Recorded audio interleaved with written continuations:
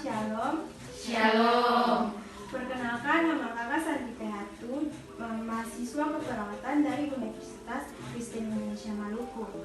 Tujuan kakak mengumpulkan adik-adik bersama di sini untuk melakukan penyuluhan tentang kesehatan reproduksi pada remaja putri. Kakak di sini minta adik-adik untuk waktu 10 sampai 15 menit untuk kakak menjelaskan materi yang nanti kakak berikan.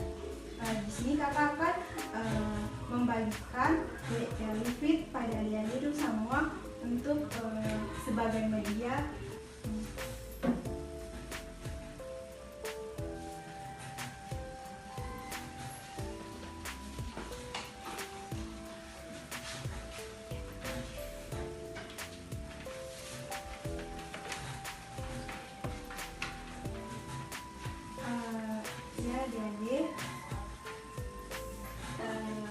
Jadi materi kakak di sini adalah kesehatan reproduksi pada remaja putri.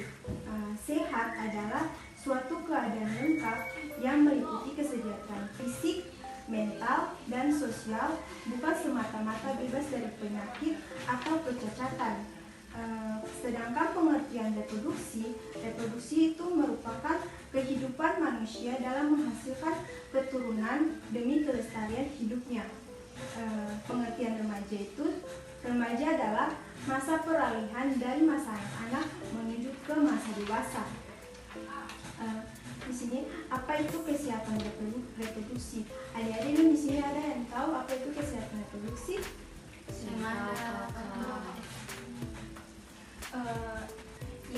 Jadi kesehatan reproduksi adalah suatu kondisi sehat yang menyangkut sistem, fungsi, dan proses reproduksi yang dimiliki oleh remaja. Adik-adik bisa lihat di leaflet yang kakak sudah berikan, gimana sih cara merawat organ reproduksi. Cara merawat organ reproduksi, yang pertama, pakaian dalam dan celana dalam atau CD diganti minimal 2 kali sehari. Yang kedua, gunakan celana dalam berbahan menyerap keringat, contohnya seperti berbahan katun. Yang ketiga, pakai handuk yang bersih, kering, tidak lembab, dan tidak bau. Yang keempat, setelah buang air kecil, cara membersihkannya itu dari arah depan ke arah belakang, karena agar kuman itu tidak masuk dari anus dan itu juga ke organ reproduksi.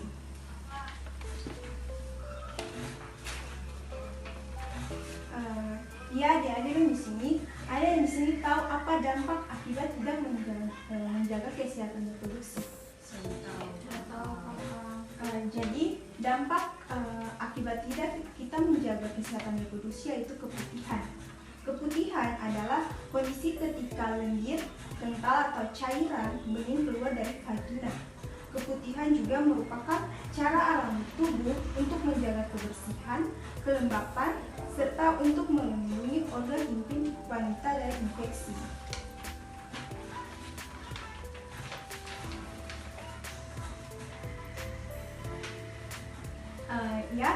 Tanda dan gejala keputihan.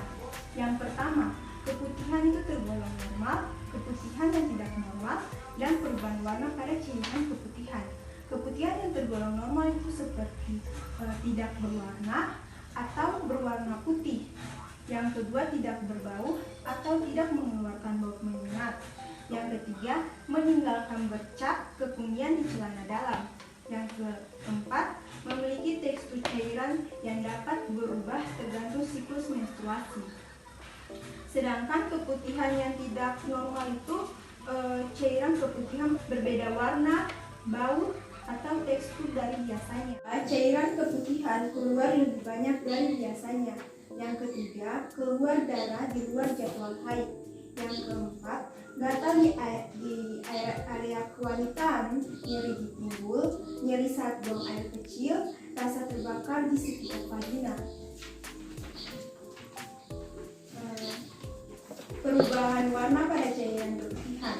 Yang pertama, keputihan berwarna coklat atau disertai bercak darah bisa disebabkan oleh siklus menstruasi yang tidak teratur, atau bisa juga merupakan tanda dari kanker pada rahim atau rajin-rajin. Yang kedua, keputihan berwarna hijau atau kekuningan dapat berbunyi disebabkan oleh penyakit trichomoniasis. Keputihan berwarna kelabu atau kekuningan dapat disebabkan oleh gonore. Yang ketiga, keputihan berwarna putih dan kental dapat disebabkan oleh infeksi jamur pada vagina. Yang keempat, keputihan berwarna putih, abu-abu, atau kuning serta disertai dengan bau amis dapat disebabkan oleh penyakit vaginosis bakterialisasis. Oke adik-adik, di sini pencegahan keputihan. Yang pertama itu bersihkan vagina menggunakan sabun dan air hangat dari arah depan ke arah belakang. Setelah buang air kecil atau besar dan berhubungan seks untuk mencegah bakteri dari dubur masuk ke dalam vagina. Yang kedua, gunakan celana dalam berbahan katun untuk menjaga kelembapan pada area kewanitaan dan jangan memakai celana dalam yang terlalu ketat. Yang ketiga, hindari pengguna sabun atau produk kewanitaan yang mengandung parfum karena dapat mengganggu keseimbangan bakteri baik pada vagina. Yang keempat, jaga kebersihan vagina selama menstruasi dengan mengganti pembalut setidaknya setiap 3-5 jam sekali. Yang berikutnya, ganti celana dalam dan panty liners secara rutin. Gunakan kondom setiap berhubungan seks dan hindari berganti pasangan seksual agar terhindar dari risiko infeksi menular seksual. Yang berikutnya, lakukan pemeriksaan kesehatan vagina secara rutin ke dokter setidaknya 1 tahun sekali. Oke adik-adik, apakah ada pertanyaan yang bisa diulang tentang materi yang telah kakak sampaikan tadi? Silakan. Ya kakak, itu mau bertanya. Dengan masih Desi Ciri di sini belum pertanyaan, apakah ada pengobatan untuk keputihan? Ya, terima kasih Sil. Ada lah yang bertanya Oke. Jadi pengobatan keputihan yang tidak normal itu tidak memerlukan penanganan medis secara khusus. Kondisi ini diatasi dengan membersihkan area kewanitaan menggunakan air yang bersih secara rutin untuk menghilangkan lendir atau cairan. Sedangkan cara mengatasi keputihan abnormal tergantung pada penyebabnya, misalnya dengan pemberian obat seperti antibiotik. Antibiotik ini seperti clindamycin untuk menghilangkan bakteri penyebab keputihan. Antibiotik ini tersedia dalam bentuk pil atau krim oles.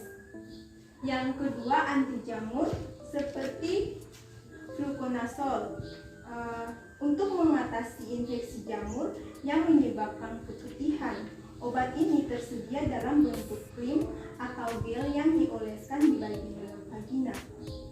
Kalau Susi ada pertanyaan lain, kakak mau kasih informasi dong, apakah ada mengerti materi yang telah kakak sampaikan? Ya, pertanyaan kakak di sini, apa itu kesehatan reproduksi? Kalau ada yang tahu silakan angkat tangan dan